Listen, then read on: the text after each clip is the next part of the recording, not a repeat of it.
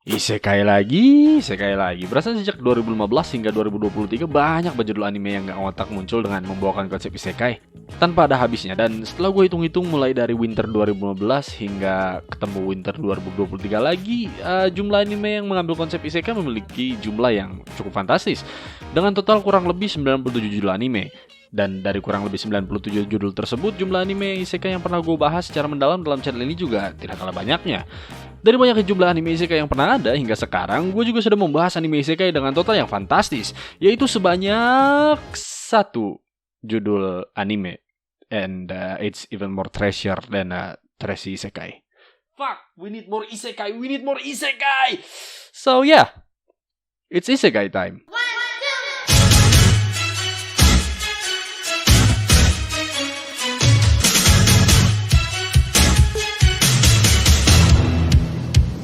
Sebelum itu, mari kita mundur sebentar.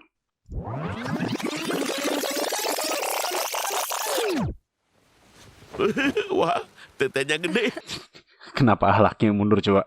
Mari kita mundur ke waktu di mana peredaran anime masih legal disiarkan di televisi lokal. Masa di mana kalian harus bangun pagi di hari Minggu untuk menonton anime yang disiarkan di Indosiar dan juga Space Tune. Bukan, kejauhan ya.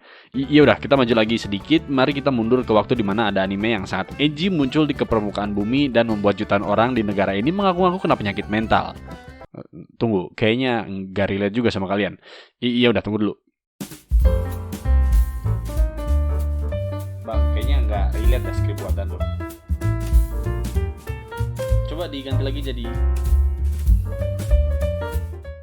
Mari kita mundur ke waktu di mana wibu dapat menikmati anime dengan sepenuh hati. Waktu di mana kalian bisa dengan gagahnya berdiri di depan kelas dan mengayunkan sapu kesana kemari, bertingkah layaknya karakter utama dalam sebuah anime seperti orang gila. Masa-masa di mana untuk pertama kalinya kalian menjadi wibu denial dengan berkata bahwa diri kalian merupakan seorang otaku dan menganggap diri kalian lebih baik daripada wibu. Saat-saat di mana kalian dengan bangganya mengatakan kalian merupakan seorang hikikomori dengan "Woi, scriptwriter bajingan, gak usah diingetin lagi." Iya, masa-masa dimana apapun yang kalian lakukan dipenuhi dengan hal-hal yang sangat menggelikan, dan bahkan lebih menggelikan dari kelakuan cewek SMA di Jepang. Dan semua hal tersebut kalian lakukan dengan sangat bangga, berpikir bahwa itu adalah hal yang normal yang dilakukan oleh semua orang yang di kemudian hari. Di saat kalian mulai memasuki umur 20-an, kalian akan berpikir, what have I done? Nah, sekarang apa yang akan terjadi jika semua hal yang menggelikan tersebut diakui, diterima, dan bahkan memegang teguh semua kegelian tersebut dan menjadikan kegelian tersebut sebagai jalan hidup? Kalian akan mendapatkan Kage no Jitsu.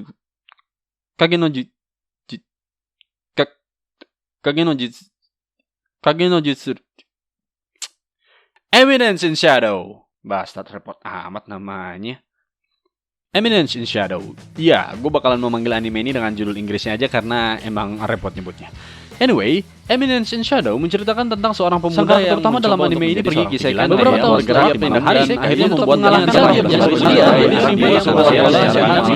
persetan dengan anime ini. Anime ini benar-benar tidak masuk akal. Sebuah anime yang benar-benar tidak mampu untuk dicerna oleh akal manusia biasa. Karena mau dijelaskan bagaimana juga, cerita dari anime ini benar-benar ngawur. Dan jika diperhatikan, sang autor juga nampaknya memang benar-benar tidak memperdulikan tanggapan yang diberikan oleh editornya di saat ia membuatnya. Gue perkenalkan kalian dengan sang karakter utama, Sid Kageno, seorang anak SMA biasa dengan moto hidup, kalau orang lain bisa, kenapa harus gua? Karena manusia yang satu ini ingin sekali menjalani hidupnya sebagai seorang yang tidak diperhatikan, tidak diperdulikan, dan tidak dianggap. Sesosok manusia yang ingin sekali dirinya menjadi seorang NPC yang sempurna. Karakter kesayangan kalian berjuang mati-matian ingin menjadi seorang yang ingin diakui oleh masyarakat? Lemah.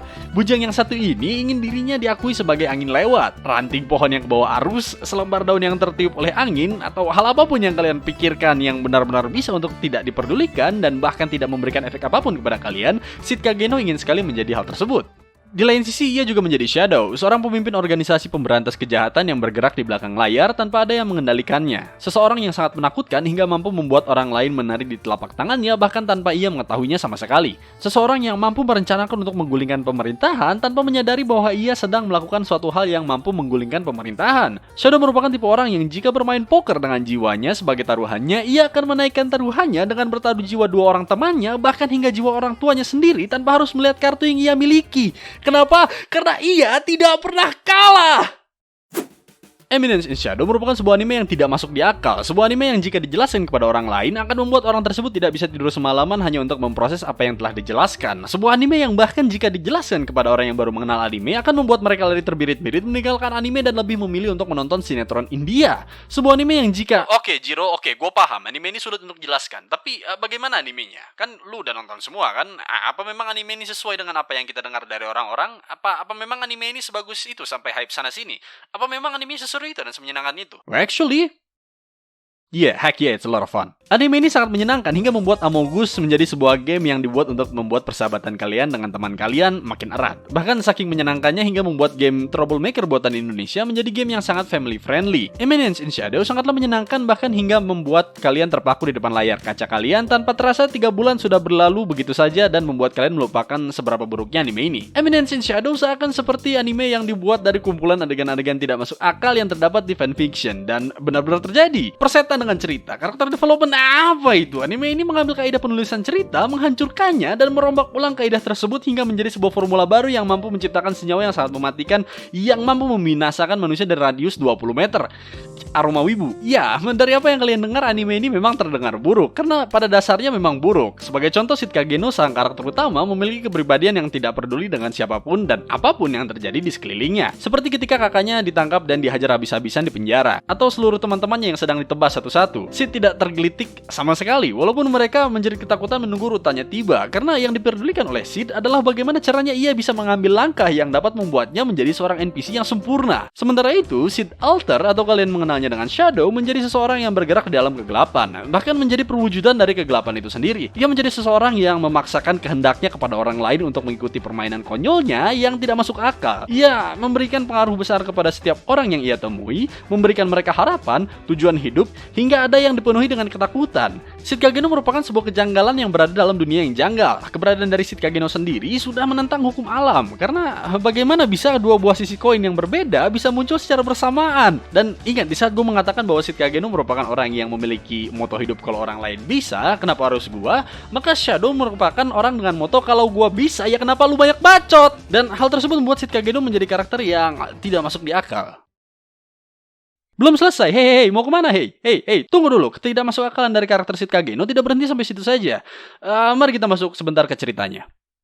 Shid Kageno merupakan seorang pemuda yang sangat terobsesi dengan kekuatan. Seluruh hidupnya di kehidupan sebelumnya ia habiskan untuk memperkuat dirinya. Ia membuat dirinya menjadi cukup kuat hingga membuat Batman terlihat seperti balita yang sedang bermain dengan mainannya. Bahkan ia mampu untuk menggagalkan sebuah penculikan seorang diri. Namun begitu sekuat-kuatnya manusia tetap memiliki batasan, kelemahan, kekurangan. Walaupun ia berusaha sekuat tenaga untuk memperkuat dirinya, bahkan hingga muntah darah sekalipun, hanya sedikit yang dapat dilakukan oleh seorang makhluk hidup biasa. Bagaimana jika ia berhadapan dengan musuh yang menggunakan senjata api?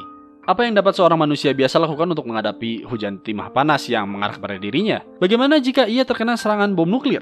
Mau seberapa keras ia melatih ototnya, menambah pikirannya hingga menyempurnakan kemampuannya, ia tetap tidak akan bisa melawan bom nuklir. Karena siapapun yang berhadapan langsung dengan ledakan nuklir, mereka akan menguap seketika. Atau setidaknya itulah yang ia pikirkan. Karena setelah ia berpindah ke Isekai, ia menolak untuk menyerah pada mimpinya. Masih banyak tempat yang tinggi yang masih bisa ia daki, lautan yang masih bisa ia jelajahi, pulau yang belum ia pijaki. Oleh karena itu, setelah mengasah kemampuannya selama bertahun-tahun, ia menemukan sebuah solusi untuk memenuhi hasrat yang ia miliki. Kalau ia tidak ingin dirinya dilenyapkan oleh bom nuklir, maka ia hanya harus menjadi Ugly Bastard Shota. Absurd banget, sumpah, astaga. Eminence in Shadow memang benar-benar sebuah anime yang tidak masuk akal. Bahkan sangat tidak masuk akal sehingga mampu membuat gue menghabiskan 1185 kata hanya untuk menjelaskan bagaimana absurdnya anime ini. Eminence in Shadow tidak pernah sekalipun mencoba untuk membuat ceritanya berbeda dengan seluruh anime isekai yang memiliki MC yang kelewat OP yang berada di luar sana. Bahkan anime ini mendeklarasikan secara terang-terangan kepada seluruh dunia bahwa anime ini adalah anime yang memiliki MC yang kelewat OP. Dan lebih hebatnya, Eminence in Shadow ini mampu membuat kalian berpikir bahwa anime ini tidak akan berbeda dengan anime isekai lainnya dan akan menjadi anime isekai yang boring dan tidak berkualitas. Hingga di saat kalian keluar dari kamar kalian, anime dari musim berikutnya sudah ada di depan mata kalian. Ya, memang harus gue akui bahwa anime ini benar-benar menyenangkan untuk ditonton. Terutama di saat melihat bagaimana seluruh kota dipenuhi dengan kekacauan, kengerian, dan mencekam akibat hal yang dilakukan oleh Shadow. Dan yang lebih menyenangkannya lagi adalah ketika mengetahui bahwa semua hal yang gue bilang tersebut terjadi secara kebetulan. Shadow menjadi satu-satunya orang yang mampu membuat satu kota ketar-ketir dengan tingkahnya. Ia mampu membuat satu kota mempertanyakan apa yang sebenarnya ia inginkan, apa motifnya, apa tujuannya, dan yang membuat anime ini sangat menarik adalah mengetahui semua hal tersebut datang dari seorang yang bahkan hanya ingin terlihat seperti apa yang diimpikan oleh seluruh bocah kelas 2 SMP. Shadow tidak pernah sekalipun memikirkan tentang dampak yang ia berikan kepada seluruh kota, bahkan dunia. Mau kota tersebut dipenuhi dengan teror, kekacauan, maupun hancur sekalipun, ia tidak akan tergelitik sedikit pun, karena pada akhirnya yang ia inginkan hanyalah satu. Kalau seseorang yang mencuri bulan bisa kelihatan keren, maka gua akan mencuri sebuah piano dan memainkannya di bawah sinar bulan.